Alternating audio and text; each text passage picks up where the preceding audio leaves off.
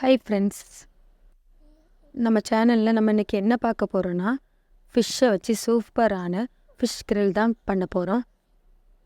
இந்த fish grill பண்ணதுக்கு நான் வந்து ஒரு பெரிய சைஸ் மாவுள மீன் எடுத்து க்ளீன் பண்ணி எடுத்து வச்சுருக்கேன். நம்ம அந்த மீனை ஒரு தட்டில் எடுத்து வச்சுக்கிட்டு ஒரு கத்தியை வச்சு ஒவ்வொரு கோடாக அந்த மீனில் ஒரு பக்கம் வரிசையாக கோடு போட்டுக்கோங்க. பாருங்கள், இந்த மாதிரி கோடு போட்டுக்கோங்க. அடுத்த பக்கமும் இதே மாதிரி 2 பக்கமும் ஒரே மாதிரி கோடுகள் போட்டுக்கோங்க.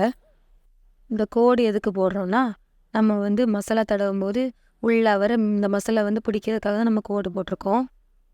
ஓகே, 2 பக்கமும் கோடு போட்டாச்சு. இனி வந்து நம்ம வந்து மசாலா ரெடி பண்ணலாம்.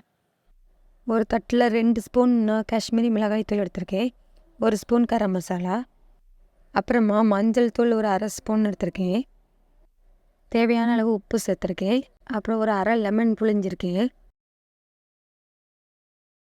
ஒரு 2 டேபிள் ஸ்பூன் எண்ணெய் சேர்த்துருக்கேன். நெக்ஸ்ட் அதில் கொஞ்சமாக தண்ணி சேர்த்து மிக்ஸ் பண்ணிக்கோங்க. தண்ணி அதிகமாக சேர்க்காதுங்க, கொஞ்சமாக சேர்த்து இந்த மாதிரி பக்குவத்தில் மிக்ஸ் பண்ணிக்கோங்க. ஓகே, இனி மசாலா தயாராக இருக்குது. நம்ம இதை மீனில் கொஞ்சமாக மசாலாவை எடுத்து அந்த கோடுகள் போட்டிருக்க இடங்கள்லாம் நல்லா தேய்ச்சி விடுங்க. இந்த மாதிரி எல்லா இடத்துலையும் படுற மாதிரி நல்லா தேய்ச்சிக்கோங்க. அப்போ தான் மசாலா நல்லா மீனில் பிடிக்கும்.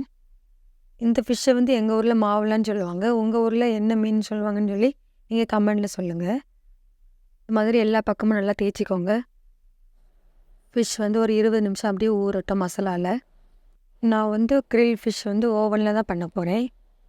அதுக்கு வந்து நம்ம ஓவனை 10 நிமிஷத்துக்கு ப்ரீஹீட் பண்ணிக்கோங்க. ப்ரீஹீட் பண்ணியாச்சு. ஃபிஷ்ஷும் நம்ம கிரில் பண்ணதுக்கு தயாராக இருக்குது. ஃபிஷ்ஷை நம்ம அந்த கிரில் ஸ்டாண்டில் வச்சு ஓவனில் உள்ளே வச்சுருவோம்.